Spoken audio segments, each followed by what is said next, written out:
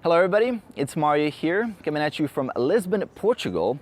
And in this video, I want to expand on the idea of studying yourself.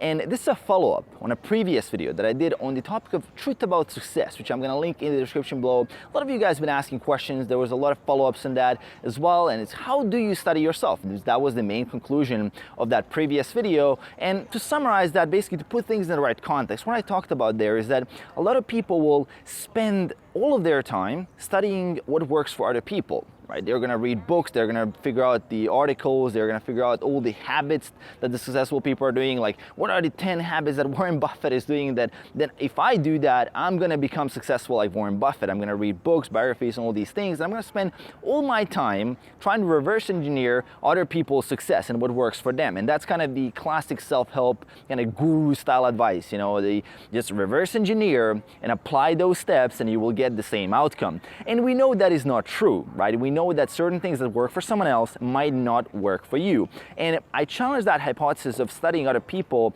to find a balance between studying other people and also studying yourself, your own actions, your own outcomes of your actions, because that's where true knowledge will come from. It's by you getting ideas and information, applying them, and then once you see that outcome, you can see, okay, this is the outcome that I got from that. Does that work? Does that move me toward my goal or not? And that's where we want to start. And a lot of people are asking, well, how do you study yourself? Well, let's dive into that a little bit. Let's expand that idea a little bit. And where do you start? Well, you start with a higher level of awareness. You know, it all starts with awareness. It all starts with you knowing that cause and effect relationship between your actions and the outcomes that you're getting throughout the day. Because there's so many actions that we do throughout the day, and for most people, that's 99% of the actions. They have literally no idea what the outcome is. You know, they just go in that reaction mode. They just live the life like they're gonna live forever. You know, most people live their life like they're just gonna live a billion years, that there's no end to it. Like there's no goal, there's no sense of urgency, there's an infinite amount of time, and I can just go by and live in a reaction. I can give my time away to someone else's agenda. Either it's an agenda of social media, either it's an agenda of a friend, either it's an agenda of your parents, of your boss, or someone else. Basically, it's giving away your power, your time, the only resource that is limited for you. And once you raise that level of awareness, take it from, let's say, something that would be a completely numb state where you have no idea what the hell is going on, to a little bit of a yellow alert. What do I mean by yellow alert? Well, yellow alert is a state where you are aware of what's going on around you, right? You know, okay, that person, what they're doing, you're learning from them as well. You're saying, okay, their actions are leading to this outcome. I better not do that if I don't want the same outcome. Or today, I ate this food, and this is what my macros and my calories are, and that's not really alignment with my goal, so let's make some changes to that. Or I went to the gym, I did this workout for a month, I didn't really see the best results. Maybe I need to make some changes, right? And that's where it all starts. It all starts with that increased level of awareness. That's what separates, I mean, most people don't realize it. This is what separates the really successful people from those who are not. Super successful people, they would make it work regardless of what position they're in. Let me give you an example. Let's put a kind of a thought process here. Let's do a thought experiment. Let's say we take Richard Branson, right? I'm basically using him as an example of success because he's really successful. If I take Richard and I take, let's strip away all his wealth, all his companies, everything, leave him with $10 and a job as a waiter in a restaurant somewhere. Do you think he wouldn't make it? Do you think he wouldn't own that restaurant in a couple of years? I bet you he will. You know why? Because he wouldn't just be an average waiter or like a low-skilled waiter who's just waiting for the job to end. You know, he's just waiting for that minute on the clock and bam, he's gone. He's doing something else. He's thinking about something else. No, he would be the best damn waiter on the planet.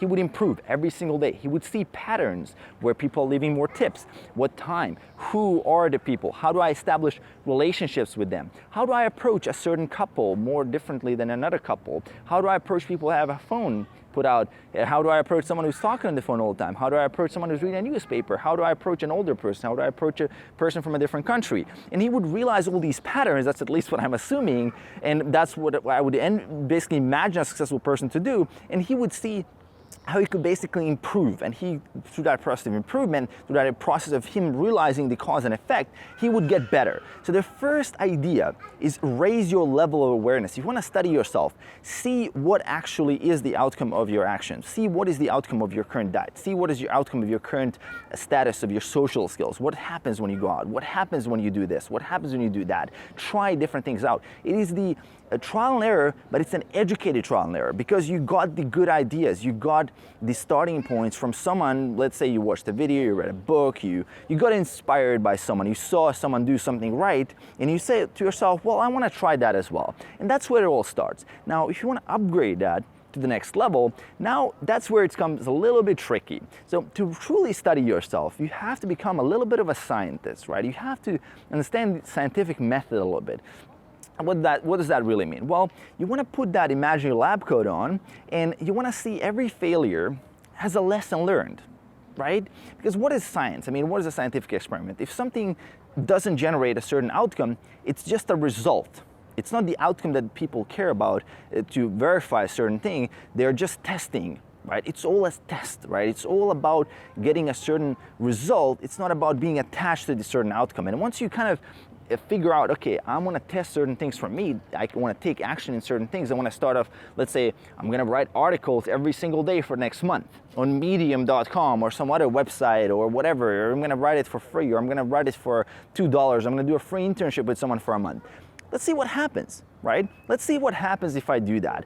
What do you got to lose? And people are always thinking like, oh, I have this precious value, you know, my time is valuable. Look, dude, if you don't know, if you don't have the skills, if you don't have valuable skills that you're already monetizing for a very long time, it's not worth that much.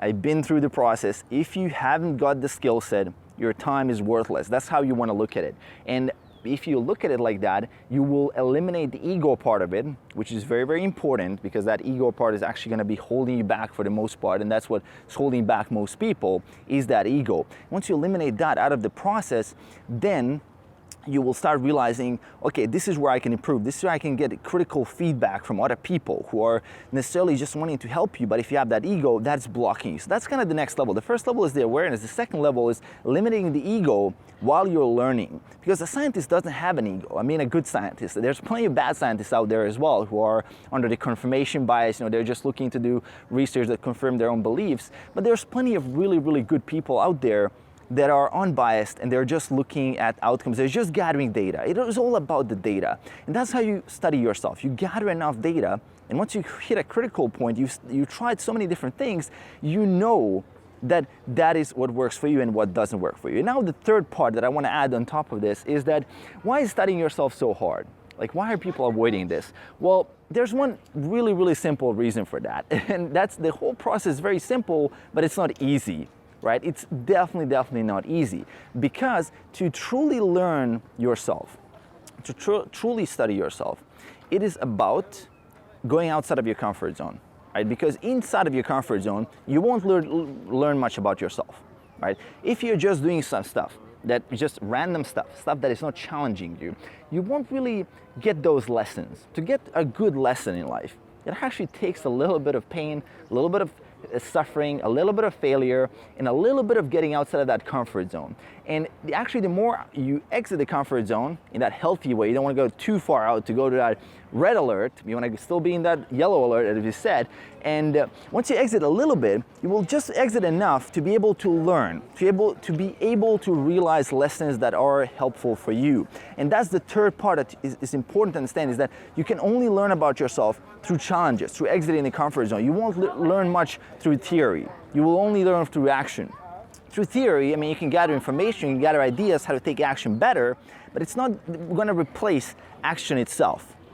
And you know this. I mean, everybody who's been through college, I mean, I got a master's in computing, all that theory that I knew and that I learned and all that stuff, now I can Google in 5 minutes. Right? In 5 minutes, I can Google my entire college. What does that give me? Pretty much nothing. But all the practical stuff that I learned, the theory that I've applied, the ideas that I've kind of went through my own life that I've applied, and I put in my own work in there, my own effort, I remember every single detail of that. And that's what it's coming down to. It's about you taking ideas, applying them as a little scientist, doing a little bit of experiment, realizing that feedback, making sure that you are moving forward, that you are aware, that you have raised that level of awareness, so you're not that person who's just living in a daze, who doesn't know what's going on. And once you get there, that's where the magic happens. So you just have to make micro adjustments. At the end, it's all about the micro adjustments, right? As you're going toward the path of success, and you guys know that famous picture of success and that people are thinking it's a straight line, but then it's like going all over the place. Well, that is a little bit true, right? And every time you fall off track a little bit, there's a micro adjustment that you make. And that micro adjustment, if it's based on true data that you've gathered through taking action, then it's gonna be a good adjustment. If it's just a random adjustment, you can just go even further off the path. And that's really what you're all trying to figure out, is how do I gather the right data, the data that is actually useful for me. And once you gather that data, that's where success starts to happen. And that's something I want to share with you guys here from Lisbon, Portugal. It is a beautiful sunny day, taking a little walk here in the famous castle, and looks pretty cool. And I hope you guys resonate a little bit with the idea. And yeah, let me know in the comments below if this was helpful for you, because I didn't really plan this video. It was just something that I wanted to talk a bit about. I just wanted to give this a little bit of more thought. I just want to put out more on this, more content. I thought it was an idea that is worth exploring a little bit deeper. That's worth going a little bit deeper in. So I hope you guys enjoyed. And as I said, let me know in the comments below how you resonate with it. And yeah, aside from that, hit that subscribe button below if you haven't already. Support the channel. Make sure to hit that like button below as well. It really helps a lot with YouTube. And yeah, have a great rest of your day, guys. Peace.